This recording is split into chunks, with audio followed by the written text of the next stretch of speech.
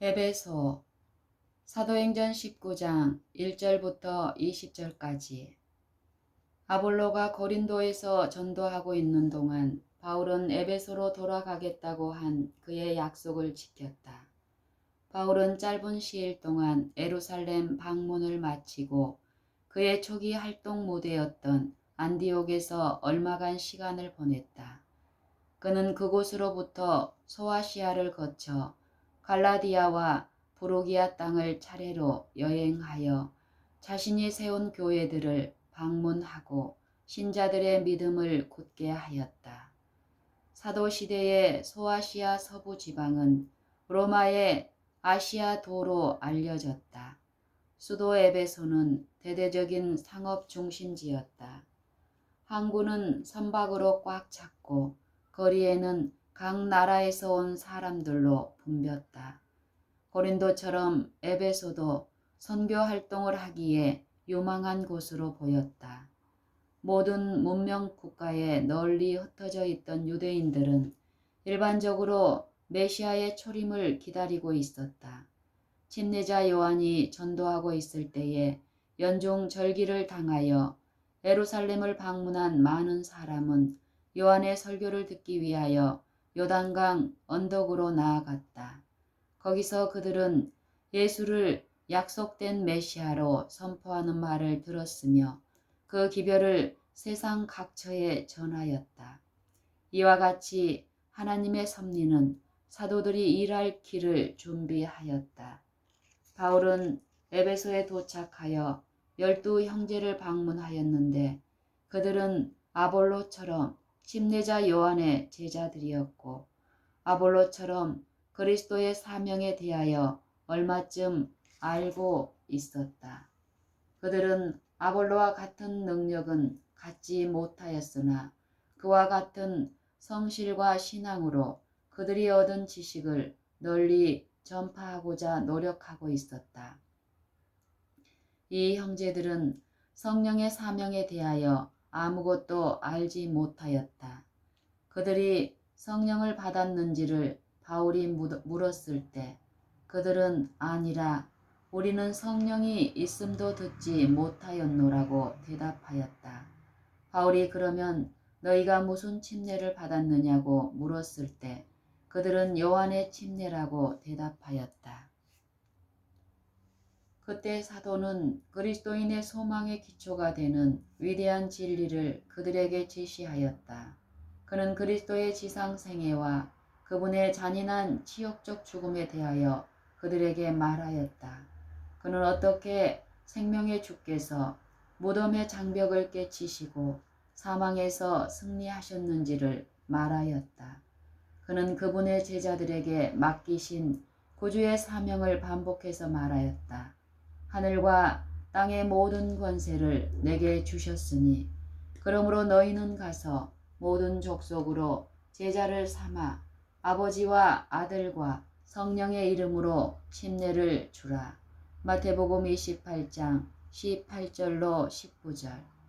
그는 또한 그분의 능력을 통하여 큰 이적과 기사를 이루실 보혜사를 보내시리라는 그리스도의 약속에 대하여 그들에게 말하였고 이 약속이 오순절 날에 얼마나 영광스럽게 성취되었는지를 묘사하였다.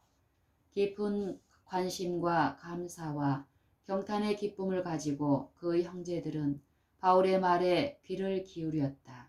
그들은 믿음으로 그리스도의 속죄의 희생에 대한 놀라운 진리를 붙잡았고 그리스도를 구주로 받아들였다. 그들은 예수의 이름으로 침례를 받았고 바울이 그들에게 안수하니 그들도 역시 성령의 침례를 받아 다른 나라의 방언을 말하고 예언할 수 있었다. 이리하여 그들은 에베소와 그 부근에서 선교사로서 일하고 또한 소아시아에 복음을 선포하러 나아갈 수 있는 자격을 얻었다.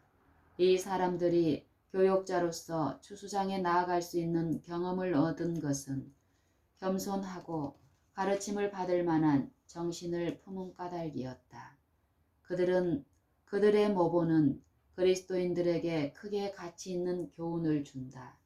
거룩한 생활에서 거의 진보하지 않는 사람들이 많은데 그 까닭은 그들이 너무나 자신만만하여 배우는 이의 이치를 취하지 않기 때문이다.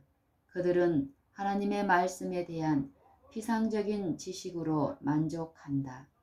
그들은 그들의 믿음이나 행실을 변화시키기를 원치 않으므로 더욱 큰 빛을 얻으려고 노력하지 않는다. 그들은 그들의 믿음이나 행실을 변화시키기를 원치 않으므로 더욱 큰 빛을 얻으려고 노력하지 않는다. 만일 그리스도를 따르는 이들이 열렬히 지혜를 간구한다면 그들은 아직 그들에게 완전히 알려지지 않은 진리의 풍요한 밭으로 인도함을 받을 것이다. 자신을 완전히 하나님께 맡기는 사람은 하나님의 손길로 인도함을 받을 것이다. 그는 미천하고 명백히 타고난 재능이 없을 수도 있으나 사랑과 신뢰의 마음으로 공표된 하나님의 모든 뜻을 순종하면 그의 능력은 순결하고 고상하게 되고 활력을 띠게 될 것이며 그의 능력은 증가될 것이다. 그가 거룩한 지혜의 교훈을 간직하게 될 때 그에게는 거룩한 사명이 임될 것이며 그는 자신의 생애로 하나님께 영광을 돌리며 세상 사람들에게 축복이 되게 할 수 있을 것이다. 그가 거룩한 지혜의 교훈을 간직하게 될 때 그에게는 거룩한 사명이 임될 것이며 그는 자신의 생애로 하나님께 영광을 돌리며 세상 사람들에게 축복이 되게 할 수 있을 것이다. 주의 말씀을 열무로 우둔한 자에게 비치어 깨닫게 하나이다. 주의 말씀을 열무로 우둔한 자에게 비치어 깨닫게 하나이다. 시편 119편 130절. 오늘날 많은 사람이 에베소 교인들처럼 마음에 작용하시는 성령의 역사를 알지 못하나 하나님의 말씀 가운데서 이보다 더 분명하게 가르쳐진 진리는 없다. 선지자들과 사도들은 이 주제를 강조하였다. 그리스도께서는 친히 영적 생애를 유지함에 있어서 그분의 성령의 작용에 대한 예증으로서 식물계의 성장에 우리의 주의를 환기시키셨다. 뿌리에서 올라오는 포도나무의 수액이 가지로 확산되어 성장을 유지시키고 꽃과 열매가 맺힌다. 그처럼 구주에게서 나오는 생명을 주는 성령의 능력도 영혼에게 스며들어 동기와 애정을 새롭게 하고 생각들까지도 하나님의 뜻에 복종하게 하며 받은 이에게 거룩한 행위에 귀중한 열매를 맺을 수 있게 한다. 이 영적 생명의 창시자는 눈에 보이지 않으며 생명을 나누어 주고 유지시키는 정확한 방법은 인간의 철학의 능력으로는 설명할 수 없다. 그러나 성령의 작용은 항상 기록된 말씀과 일치한다. 천연계에서처럼 영적 세계에서도 마찬가지다. 천연계의 생명은 순간마다 하나님의 능력으로 유지된다. 그러나 직접적인 이적으로 유지되는 것이 아니요 우리 가까이에 두신 축복들을 사용함으로써 유지된다. 그와 같이 영적 생명도 하나님의 섭리로 공급된 이 방법들을 사용함으로써 유지된다. 만일 그리스도를 따르는 사람이 온전한 사람을 이루어 그리스도의 장성한 분량이 충만한 때까지 장성하기를 원한다면 그는 생명의 떡을 먹고 구원의 물을 마셔야 한다. 에베소서 4장 13절. 그는 깨어 기도하고 일하며 모든 일에서 그분의 말씀 가운데 나타난 하나님의 교훈에 유의해야 한다. 이 유대인 개종자들의 경험 가운데는 여전히 우리를 위한 다른 교훈이 있다. 그들은 요한의 손에 침례를 받았을 때 죄를 담당하시는 분으로서 예수님의 사명을 충분히 이해하지 못하였다. 그들은 중대한 오류를 지니고 있었다. 그러나 그들은 더 밝은 빛으로 그리스도를 그들의 구주로 기쁘게 영접하였으며 이 진보의 단계와 더불어 그들의 의무에 변화가 이르러 왔다. 그들이 더 순전한 신앙을 받게 되었을 때 그들의 생애에는 그에 상응하는 변화가 있었다. 이 같은 변화의 증거를 보이는 가운데 그리스도를 믿는 믿음을 인정하는 표로서 그들은 그리스도의 이름으로 재침례를 받았다. 바울은 습관대로 유대인의 해당에서 전도함으로써 에베소에서의 그의 사업을 시작하였다. 바울은 3개월 동안 계속 거기 일하면서 하나님 나라에 대하여 강론하며 권면하였다. 처음에는 환대를 받았으나 얼마 후에는 다른 곳에처럼 난폭한 반대를 당하였다. 어떤 사람들은 마음이 굳어 순종치 않고 무리 앞에서 이 도를 비방하였다. 그들이 복음을 거절하기를 고집하였을 때 사도는 회당에서 전도하기를 그쳤다. 하나님의 성령께서는 그의 백성을 위해 수고하는 바울을 통하여 바울과 함께 일하셨다. 진리를 알고자 정직하게 갈망하는 모든 사람을 수긍시키기에 충분한 증거가 제시되었다. 그러나 많은 사람은 편견과 불신의 지배를 받아 가장 확실한 증거에 굴복하기를 거절하였다. 신자들이 신앙이 이 진리의 반대자들과의 계속적인 교제로 위태하게 되지는 않을까 염려한 바울은 신자들의 신앙이 이 진리의 반대자들과의 계속적인 교제로 이태롭게 되지는 않을까 염려한 바울은 그들을 떠나 제자들을 따로 모아 저명한 교사인 두란노의 서원에서 강론을 계속하였다. 바울은 비록 대적하는 자가 많을지라도 그의 앞에 광대하고 공효를 이루는 문이 열려 있다는 사실을 알았다. 고린도전서 16장 9절. 에베소는 아시아의 도시들 중에서 가장 장엄한 도시일 뿐 아니라 가장 부패한 도시였다.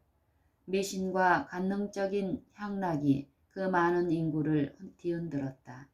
사원들의 그늘 아래서 각종 범죄자들이 피난처를 찾았으며 가장 저급한 죄악들이 성행하였다.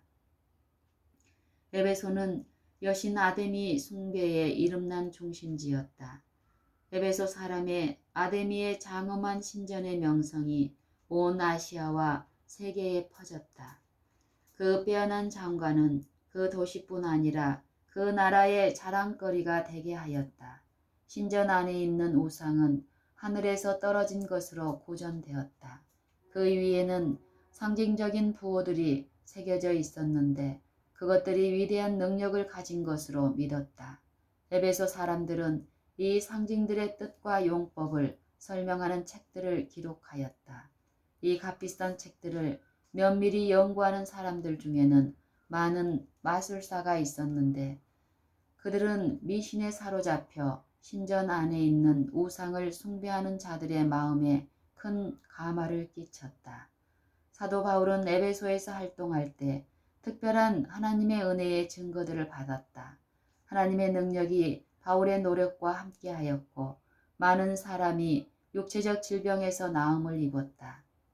하나님이 바울의 손으로 희한한 능을 행하게 하시니 심지어 사람들이 바울의 몸에서 손수건이나 앞치마를 가져다가 병든 사람에게 얹으면 그 병이 떠나고 악기도 나가더라. 이와 같은 초자연적 능력의 출현은 에베소에서 이전에 목격하였던 것보다 훨씬 더 강력하였으며 그들이 요술쟁이의 기술이나 마술사의 마법으로 모방할 수 없는 그런 성격의 것이었다. 이 이적들이 나사렛 예수의 이름으로 행하여졌을 때 백성은 하늘의 하나님이 여신 아데미의 예배자들인 마술사들보다 훨씬 더 능력이 있으시다는 것을 볼 수 있는 기회를 가졌다. 이와 같이 주께서는 당신의 종을 우상 숭배자들 앞에서까지라도 가장 유력하고 총애를 받는 마술사들보다도 헤아릴 수 없을 만큼 높이셨다. 그러나 모든 악령을 복종시키고 당신의 종들에게 그들을 지배할 권능을 주신 하나님께서는 당신의 거룩한 성호를 멸시하고 모독한 자들에게는 더 큰 수치와 패배를 안겨주고자 하셨다. 마법은 이반시 사형에 처하도록 모세의 법으로 금지되었으나 때때로 배도한 유대인들에 의해 은밀하게 행해졌다. 바울이 에베소를 방문하였을 때 그 도시에서 돌아다니며 마술하는 어떤 유대인들이 바울이 행한 기적들을 보고 시험적으로 악기 들린 자들에게 대하여 주 예수의 이름을 불렀다. 유명한 한 제사장 스게와의 일곱 아들도 시도하였다. 그들은 귀신 들린 한 사람을 찾아 바울의 전파하는 예수를 빙자하여 너희를 명하노라고 하였다.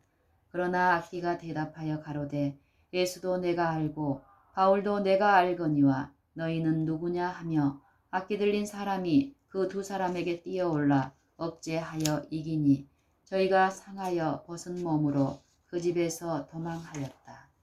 이와 같이 그리스도의 이름의 신성성에 대한 의심할 여지 없는 증거가 나타났고 구주의 사명의 신성성에 대한 믿음 없이 그리스도의 이름을 의지하려던 자들은 위험을 당하였다. 다 이 일을 알고 두려워하며 주 예수의 이름을 높였다. 전에 감추어졌던 사실들이 이제 밝히 드러났다. 어떤 신자들은 그리스도교를 받아들이면서 그들의 미신을 완전히 버리지 않았다. 그들은 여전히 어느 정도 마술의 행습을 계속하였다. 이제는 그들의 가오를 깨닫고 믿은 사람들이 많이 와서 자복하여 행한 일을 고하였다. 선한 사업은 어떤 마술사들에게까지 확대되었다. 마술을 행하던 많은 사람이 그 책을 모아 가지고 와서 모든 사람 앞에서 불사르니 그 책값을 계산한 즉 은 5만이나 되더라. 이와 같이 주의 말씀이 힘이 있어 흥왕하여 세력을 얻으니라. 에베소 사람들은 마술책들을 불사름으로 저희가 한때 좋아하였던 것을 이제는 미워한다는 것을 나타내었다.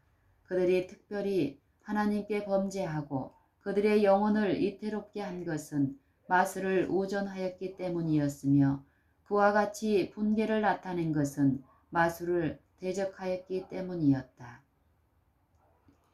그들이 특별히 하나님께 범죄하고 그들의 영혼을 이태롭게 한 것은 마술을 의존하였기 때문이며 그와 같이 분개를 나타낸 것은 마술을 대적하였기 때문이었다.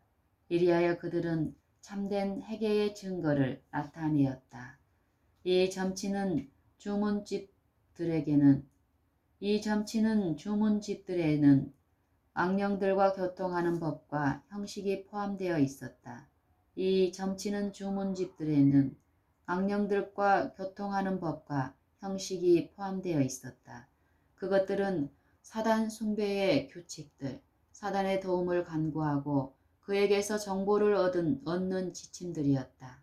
제자들이 이 책들을 보유하였다면 그들은 자신들을 시험에 노출시켰을 것이며 그것들을 팔았다면 다른 사람들의 길에 시험거리를 놓게 되었을 것이었다. 그들은 흑암의 왕국과의 관계를 단절하였으며 그 권세를 멸하기 위하여 어떠한 희생도 주저하지 않았다. 이리하여 진리는 사람들의 편견과 돈에 대한 사랑을 이기고 승리하였다. 이와 같은 그리스도의 능력의 출현으로 바로 그 미신의 성체 안에서 그리스도교는 큰 승리를 얻었으며 그 일로 인한 영향력은 바울이 실감했던 것보다도 더 널리 퍼졌다. 소식은 에베소로부터 널리 유포되어 그리스도의 사업의 큰 원동력이 되었다. 사도 자신이 그의 사명을 다한 오랜 후까지도 이 광경들은 사람들의 기억 속에 살아있어서 복음으로 나아오는 회심자들을 얻는 방편이 되었다. 이교의 미신들이 20세기의 문명 앞에서는 사라졌다고 생각하는 것은 어리석은 일이다. 하나님의 말씀과 실제하는 사건들의 엄연한 증언은 마법이 고대 마법사들의 시대와 똑같이 이 시대에도 행하여지고 있음을 명백히 한다.